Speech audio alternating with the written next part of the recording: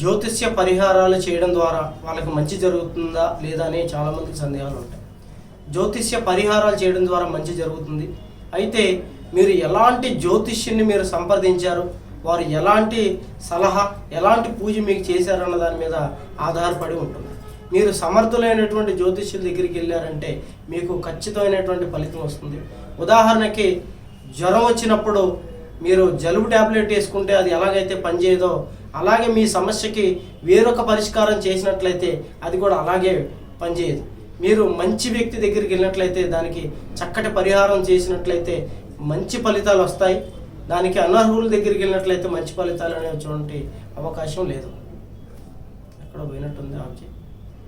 కానీ సరైన పరిహారాలు చేయించుకోవడం ద్వారా మీకు 100కి 100% పనిచేస్తాయి. వీడియో చెప్పండి.